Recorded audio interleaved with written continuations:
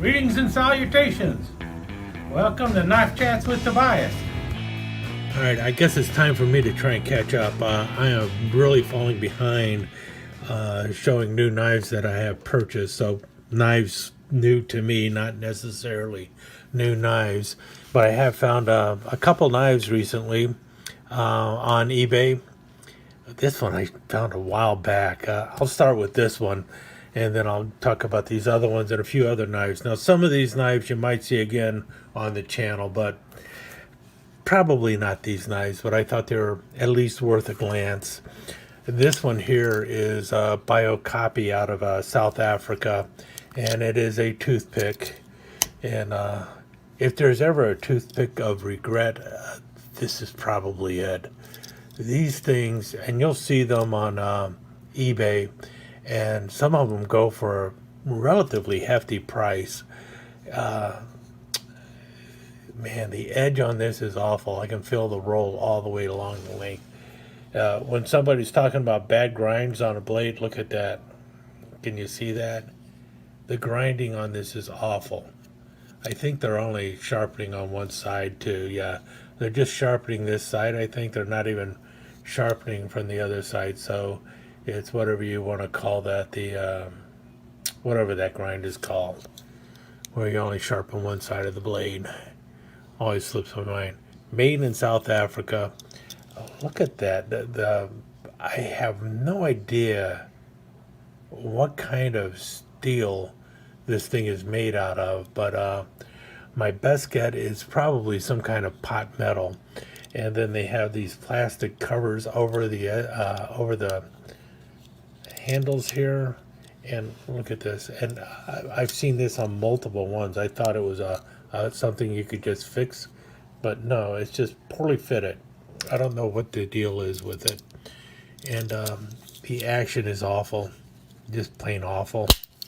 You got a snap there, at least closing, but you're talking about a pull, a very uneven pull all the way open. That is somewhere around an 8 or 9. The joint is just awful. I don't know what you would be paying for these, but chances are it's too much unless you're just looking for a project knife, something that you want to fiddle with and try and fix, and something to practice sharpening on and everything else. But as toothpicks go, this is one that I will not be going out of my way to collect more of them. I've got one, and that's enough. And what I'm thinking of doing actually is removing the plastic on these and finding a different way to cover them. But I thought when I first got it that this was something that these were shell handles, but they're not. They're actually pinned all the way through, and they're riveted closed. So maybe the thing to do would be to pop the rivets and then reattach it using some kind of screws or something like that, or re-rivet it. But maybe it's something that can be fixed. Most likely not worth the time of day to fix it, though. Any case, and that's these old copies, and you'll see them. And sometimes these things are priced like $50. They're definitely not worth $50. I can't remember what I paid for it, but when it arrived, I thought, wow, man, did you ever pay too much for that? And I know it was in the single digits. So I paid somewhere between $5 and $9 for it. And I felt totally ripped off when it showed up. Anyway, let's talk about the other 4 knives up here. These are something that I more recently got. Well, not this one. This one I picked up from Knife Detector a while back, but you'll see why it's here in just a sec. Okay, so the next knife is this one here. And basically, I decided I was going to look for a Rough Rider tactical knife, a whatever you want to call it, modern folder, tactical, whatever. And so I typed in on eBay Rough Rider tactical knife and started scrolling through it, and I saw this one. It just caught my eye. Well, originally it had a pocket clip here. Okay, I'm going to break away here for just a minute so I can show you what the knife looked like when it first arrived. This video was originally shot for Kitty's Corner a couple weeks back. That's why I grabbed it. And it is a semi-modern folder, but all aluminum. I bet you they called it aircraft aluminum at the time. You got a red piece of anodized aluminum, then a blue piece of anodized aluminum. It's all screwed down. I'm hoping this comes off with no problem.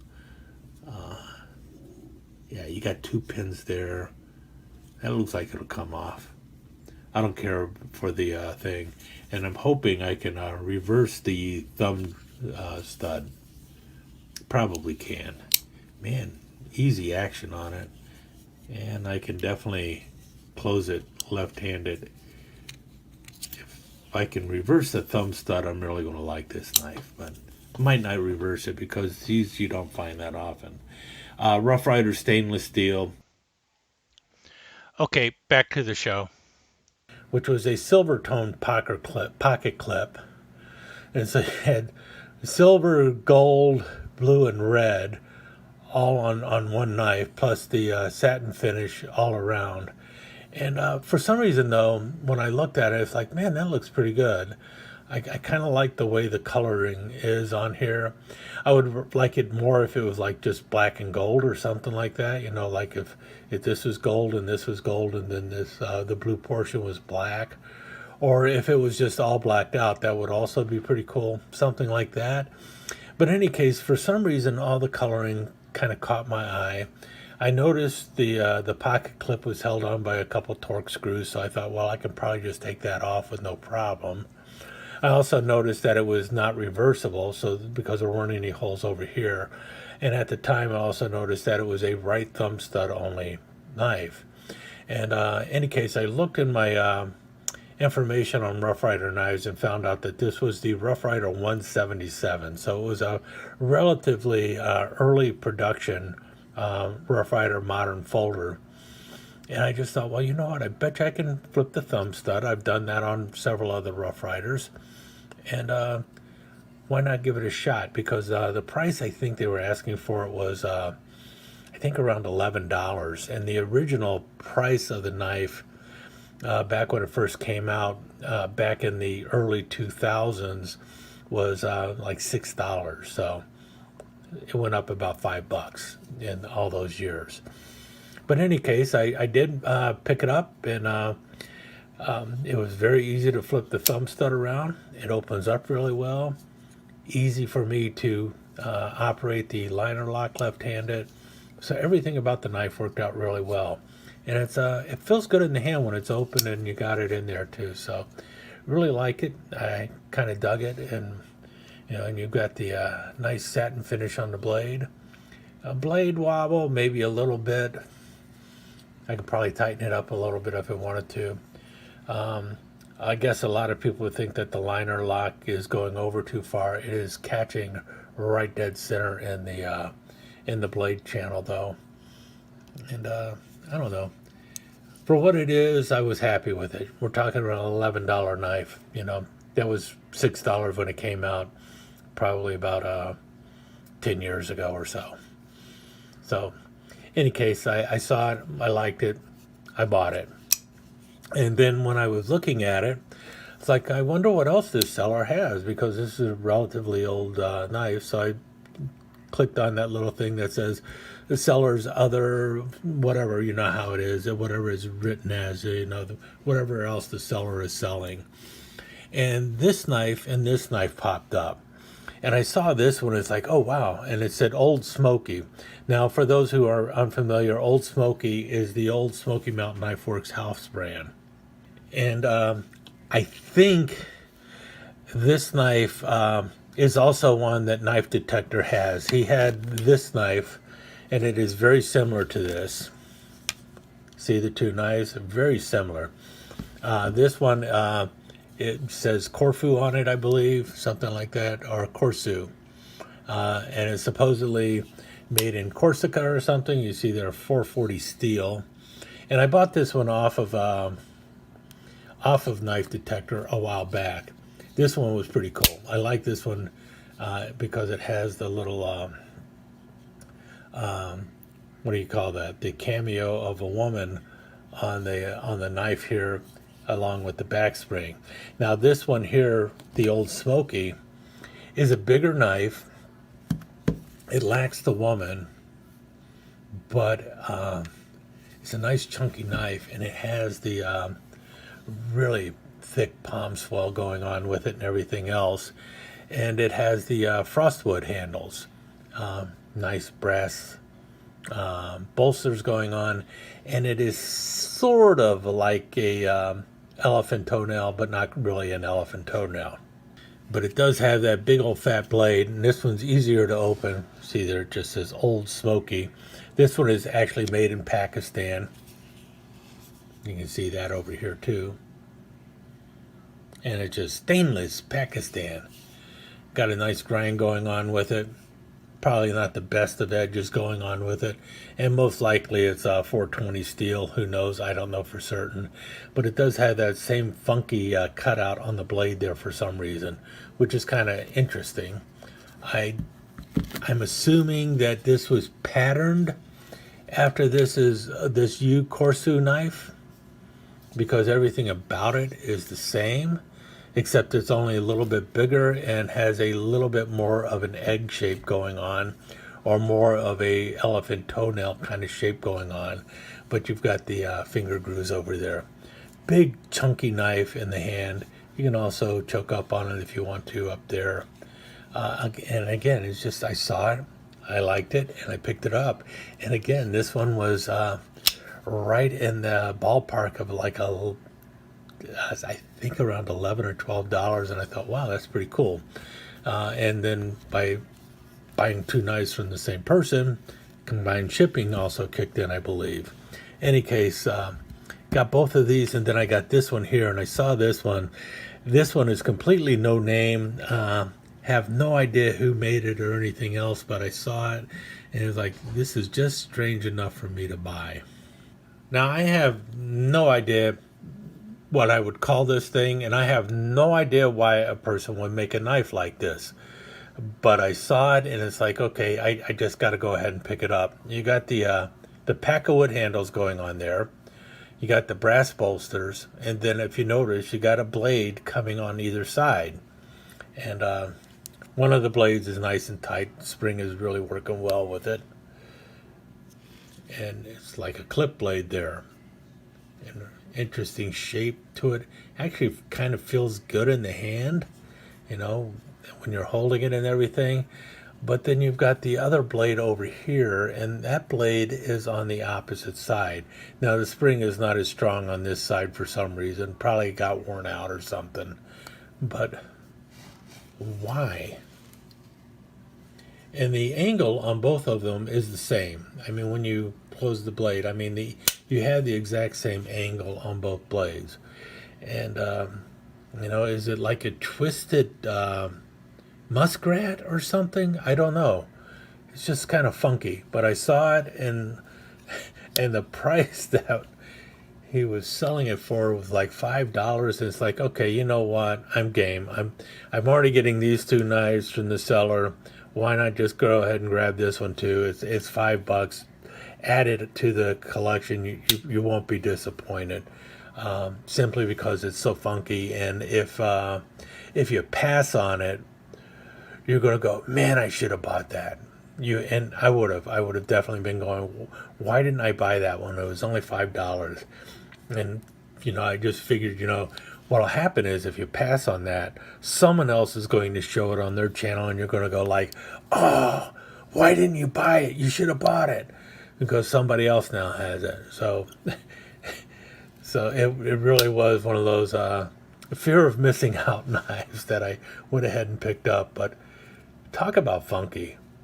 And it's definitely designed, I don't know. It doesn't feel bad though. When you got it in your hand, it doesn't feel bad. It's just why put two clip blades on a bent frame? But that's what they did, and well, I was kind of happy with it when I got it. I'm still happy with it. It makes me smile a little bit every time I open it up. But those are a few of the new knives or new to me knives that I have picked up. Got them all from the same seller, and so my advice is. For those out there on eBay, and I'm sure you're doing it all the time anyway, if you're buying a knife on eBay and you see one knife from a seller that you kind of like, go ahead and click on that seller's other items and see what else they're selling. And sometimes, especially if you're seeing it at a really good price, because sometimes what you have is a seller who is not someone who normally sells knives, but they just happen to have a few.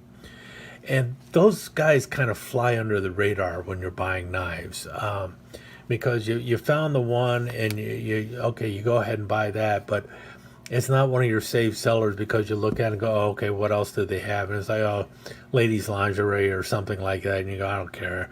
But then when you start scrolling down, or when you limit it to just like knife, you see a few other knives in there and nobody's bidding on them, or they have a really terrific buy it now price because all they're trying to do is dump something. And I think that's what was the case with these knives.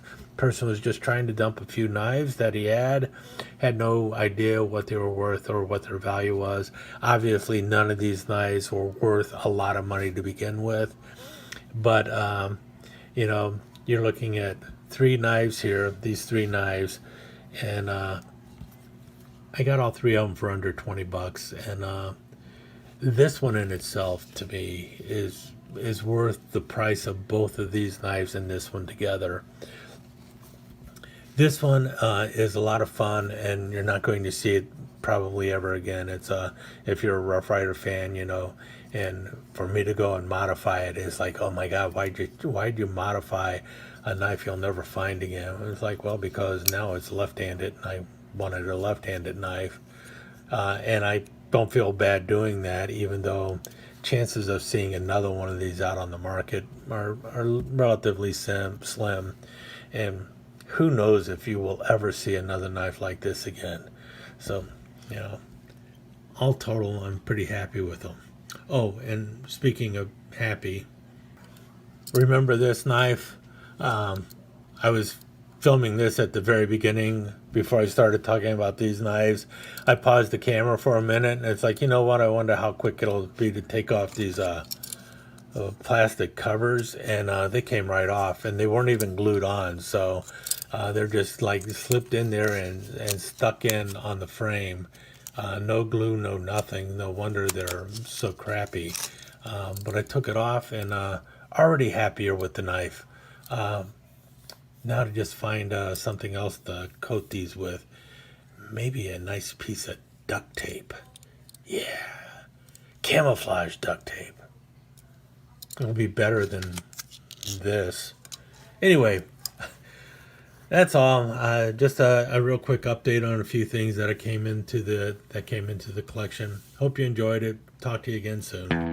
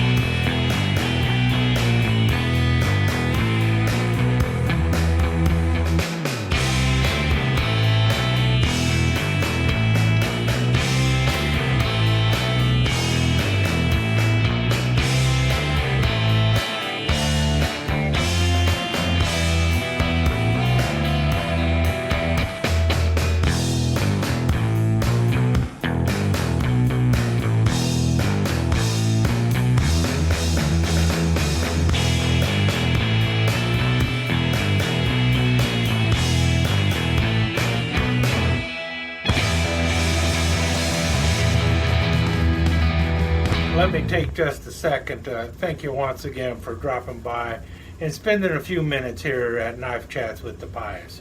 I really do appreciate it, and I do appreciate any comments that you leave. So please remember to give me that thumbs up, and also don't forget to subscribe and ring that notification bell so you'll know when the next episode is up and running. Thanks again for dropping by. Really do appreciate your time here.